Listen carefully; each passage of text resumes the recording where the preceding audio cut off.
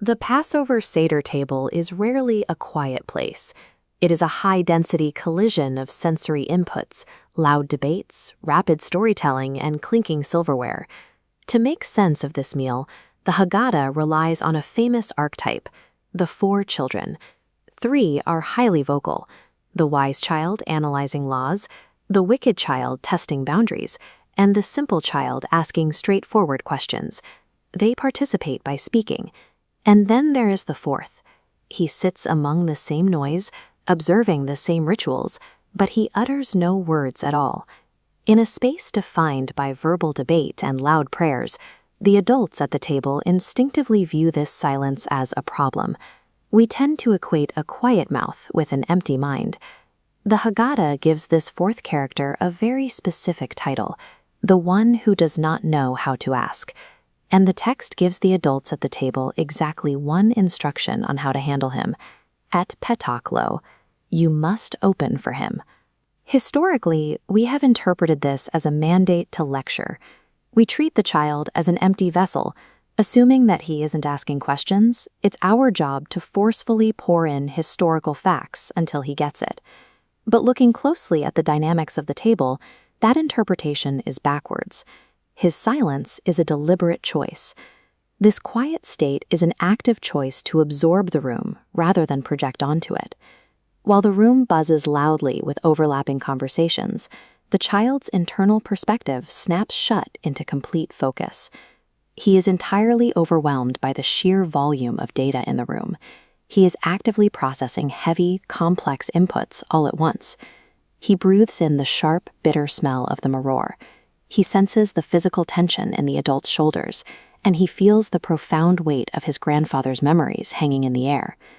The environment is moving far too quickly for him to translate that tangled emotional data into simple vocabulary. His quietness is a highly active mechanism for deep listening and emotional digestion. Because the child is focused on the sensory experience of the story rather than its dates, his mind is overflowing with inquiries that the rest of the table ignores. He sidesteps the adult obsession with historical logistics.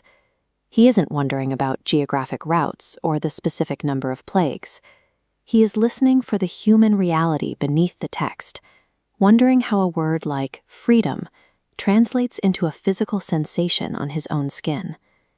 When he hears the adults speak of the sea splitting, he applies the same empathy he feels at the table to the narrative itself, wondering if the water felt terror as it was torn in two. These are philosophical inquiries, operating on a completely separate plane from the factual trivia demanded by the rest of the table. This forces us to return to that core command from the Haggadah, Et petach lo, you shall open for him. Armed with our new understanding of his internal state, the target of that instruction changes entirely. The command directs the adult to open their own capacity for empathy and patience.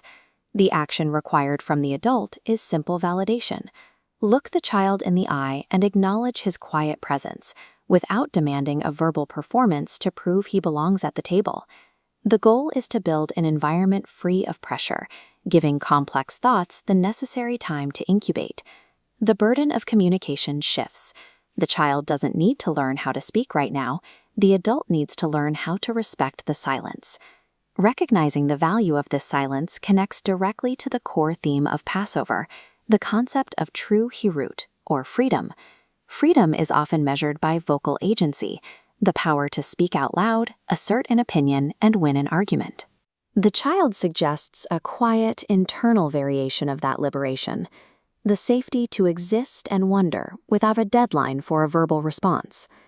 Every person occasionally steps into the role of the fourth child. When we face overwhelming beauty or sudden tragedy, words frequently fail us. Think about your own experiences. When was the last time your silence was the most profound way you understood a complex truth? Let me know in the comments below.